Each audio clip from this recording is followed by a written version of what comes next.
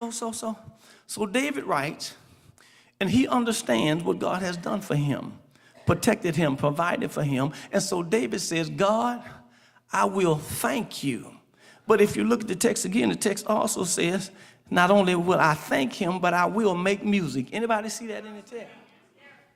It's in the text. The text says, David says, Lord, I will make music.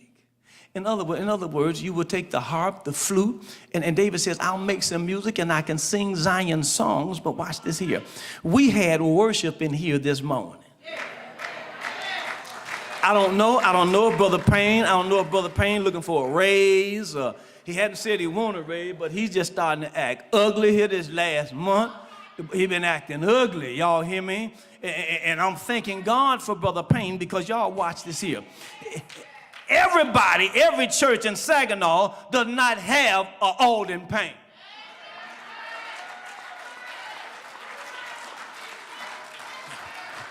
Whenever y'all get done, they may have somebody, but every church does not have an Alden Payne. And see, I thank God for Brother Payne, because Brother Payne can do what Pastor Hill can't do. Brother Payne can do what God gave him to do, and what Hill does is learn how to be content in what Hill does, and Payne learn how to be content in what Payne does, and what God does, he brings us together, and then we have worship.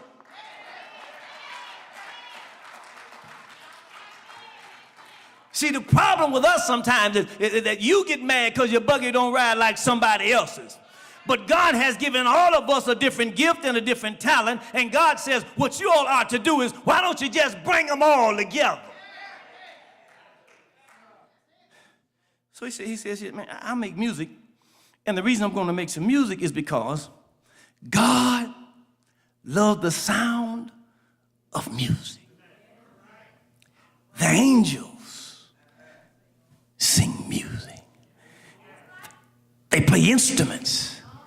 They make music. There's something about music, it's soothing to the ear. Music has a way of putting you to sleep at night when you can't find your way to sleep. Music has a way of bringing comfort to the soul and to the mind. There's something good about music. It'll even make you feel good on your way to heaven. It may not get you there, but anybody, see, some of y'all love to travel, and many of y'all like music. I'm not really a music person, but some of y'all like get in your car like Brother Bowman. The first thing I get in his car, I act like it's mine. First thing I do is cut that mess down. Man, cut that mess down. Never stop to think maybe he can't hear. All I know is music too loud, or every time. You don't ever get a chance. I just feel like you don't get a chance to think if all you do is listen to music. Sometimes you have to have some quietness, and you have to be able to think. But then music is a part of our worship, because when you go to 2 Chronicles chapter number 29, verse number 28, it says that the singers sang. Throughout, especially the history of the Old Testament, they sang Zion's songs. They looked toward Jerusalem to the temple, and they began to sing Zion's songs. And even in the book of Jeremiah, they told them, they said, why don't you sing us? That's what they told them when they was captured in Babylon. They said, why don't you sing us one of Zion's songs, to humiliate them, because they had captured them and held them captive.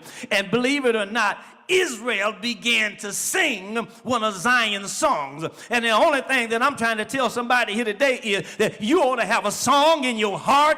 You ought to have a song in your mind. You ought to have a song somewhere. They tell me that when grandmama got up on Sunday morning cooking biscuits for the kids to get ready to go to church, say grandmama will walk through the house talking about, walk with me, Lord, pass me not, O gentle Savior, amazing grace, how sweet the sound. But you ought to be able to get up in the morning, and you ought to have a song in your heart. You ought to have a song on your lips. You ought to have a song in your mind. You ought to have some kind of song that you'll be able to sing, and Zion will get the news. I don't know about you, but whatever your song might be, you need to have a song to sing for God. Is there anybody here that has a song in your lips? Is there anybody here that might have a song in your heart? You ought to have a song to sing.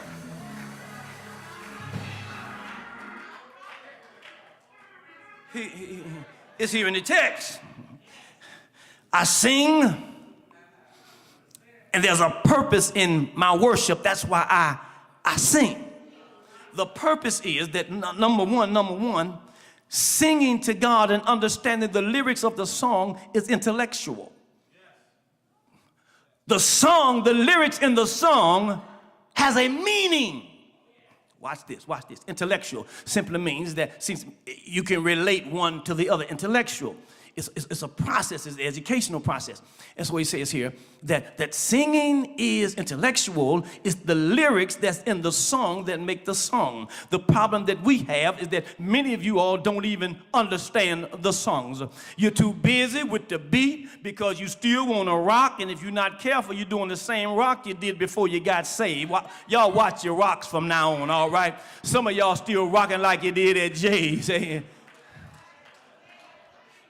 I was watching the Lady Rock the other day. I didn't know if I was back at Jay's or what. I didn't know where I was. Shoot. And I'm going, baby, I don't mind your rock, but that part in the back, you can slow that down a little bit.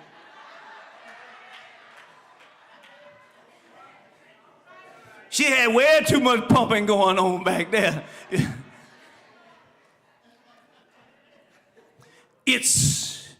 My worship should be intellectual with God. I should understand the lyrics of the song because it's the lyrics of the song that carry the meaning. It's not the beat of the song.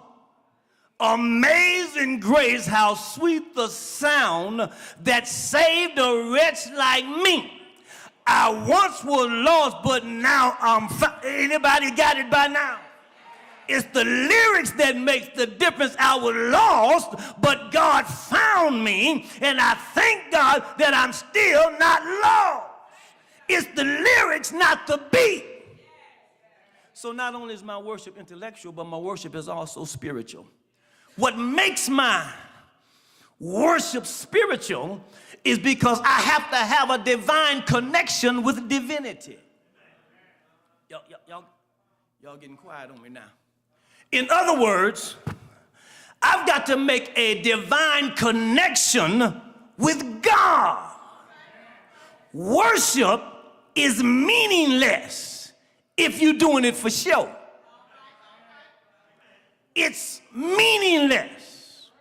But when I have a connection with God, when I think about what He's done for me, when I think about who He is, when I think about all the miracles and all the signs and the wonders that God has performed, when I think about His salvation and what He's given to me, I have a spiritual connection with Him. And because my connection with Him is spiritual, it will make me want to run when ain't nobody bothering me. It will make me laugh when nobody has told a joke. It will make me skip when I haven't even stumbled. I wish I had some help up in here.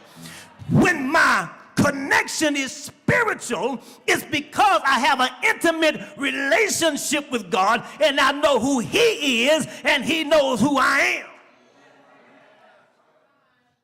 Can I help y'all? When I call God, He doesn't have to look at the caller ID. Y'all know how these folks worrying us to death now? Had somebody call me today talking about, do you extended warranty for your LaCrosse? I said, man, my wife ran over a deer with that and killed it. I ain't got no LaCrosse.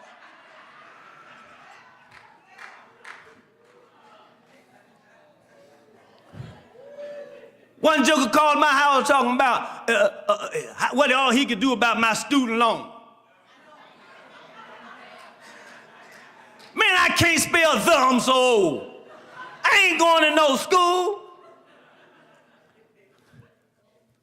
But when I call God,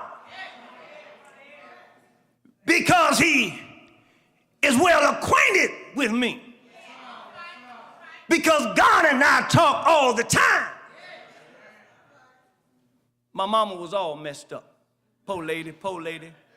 Y'all pray for her. I called the house, she knew it was me or my daddy. She messed around there. She had this thing, she know I don't like it, right? And I called her, she said, hey, mama, baby. I don't like that. Mama, baby. I sure hope she just one day called my dad and said, hey, mama, baby.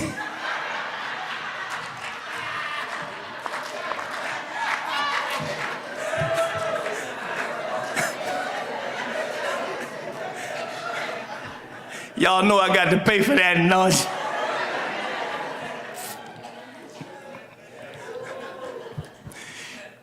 There are times when she can't distinguish his voice from mine. And I deliberately did it when I was younger to sound just like my dad. All I'm trying to tell y'all is that when you call your Father in heaven, he shouldn't have to be confused about who it is. And the reason he shouldn't be confused is because your relationship with him should be such until he knows your voice whenever you call him. I can have a cold and God knows who I am. I can have a flu and God knows who I am. To God, my voice never changes because he knows me. So he says here, along with worship, is the spiritual aspect of it as well, so as the intellectual aspect. But finally, if y'all look in the text, he says, I'll bow down too. Anybody see in the text? He says, I will bow. He says, first of all, he says, I will thank you. I will make music. Now he says, I will bow. In the Hebrew word for worship is actually bow down. It's bow down. What he says is, watch this. When we worship God, are y'all ready for this? When we worship God, even if you don't bow down physically, y'all ain't there yet? Y'all ain't there yet? My heart should bow down. It's the center of my life is my heart. And when I think about God, my heart should bow down. My heart bows down because I know who he is. Watch this here. When I bow down to God, I simply acknowledge my unworthiness to him. Y'all got it? When I bow down, I am acknowledging to God how unworthy I am to be in his presence. The reason I'm unworthy is because he is a holy God. And the Bible says, be ye holy, for I am a holy God. And here we are, filthy vessels, going before a holy God.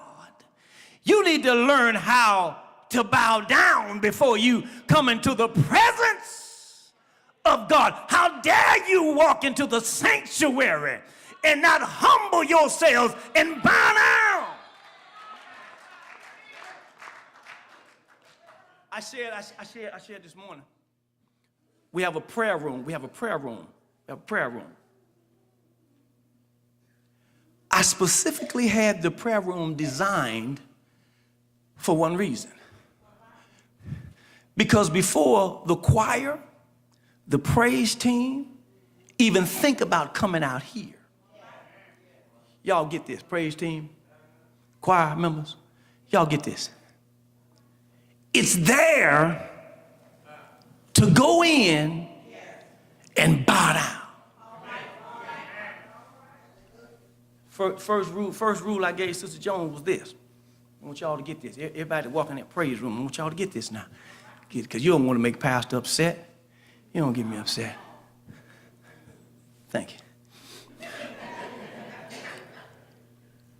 Don't walk in that prayer room with your